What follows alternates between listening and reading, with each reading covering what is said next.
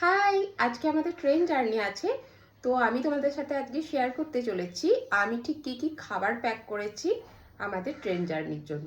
তো চলো শেয়ার করা যাক। তো প্রথমেই আমি নিয়ে নিয়েছি একটা বড় বোলে নুডলস, যেটাতে আমি ভেজিটেবল দিয়েছি, আলু, গাজর, ক্যাপসিকাম, পেঁয়াজ, একটু টমেটো কেচাপও দিয়েছি। এটা বানিয়ে নিয়েছি। তারপরে চলে আসছে হরিয়ালি চিকেন কাবাব, যেটাতে আমি প্রচুর পরিমাণে ধনিয়া পাতা ইউজ করেছি, একটু লেবু স্লাইসও এখানে করে নিয়েছি হলো। তারপরে বিকেলে একটু চটপটা খেতে ইচ্ছে করবে, সেই কারণে আমি এখানে গ্রিন মুগ স্যালাড বানিয়ে নিয়েছি, যেটাতে আছে টমেটো, পেঁয়াজ, গাজর। এখানে নিয়ে নিয়েছি একটু স্ট্রবেরি, এটা থেকে ইভানই খাবে, আমি হয়তো খেলে 1 পিস বা 2 পিস খেতে পারি আমরা।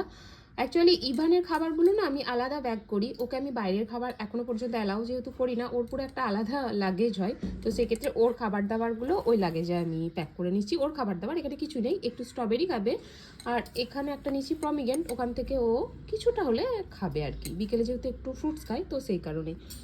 আর নিয়েছি আমি একটা গরম জলের ফ্ল্যাক্স।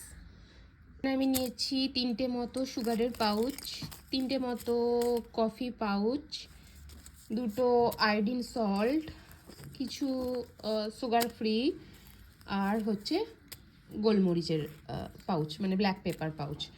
তো যদি মানে ইভানের জন্য তো দুধ যাচ্ছে ফ্ল্যাক্সে, তো অতটা দুধের প্রয়োজন হবে না, সেক্ষেত্রে কফি খেতে যদি ইচ্ছে হয় তো বানিয়ে খেয়ে নেবো, তো সেই কারণে। তো এই ছিল আমার প্যাকিং। অবশ্যই তোমরা জানাবে কেমন লাগলো। এই এটা আমাদের স্ন্যাক্স ডিনার পর্যন্ত হয়ে যাবে, ব্রেকফাস্টে তখন দেখা যাবে, মানে অতটা তো আর ক্যারি করা যায় না ব্রেকফাস্ট পর্যন্ত, সেই আর কি। কিছু ড্রাই ফ্রুটস নেওয়া হয়েছে, বাট ওটাতে পুরোপুরি ব্রেকফাস্ট কমপ্লিট হবে না, সেই কারণে। এবার আমি এগুলো প্যাক করে নিই।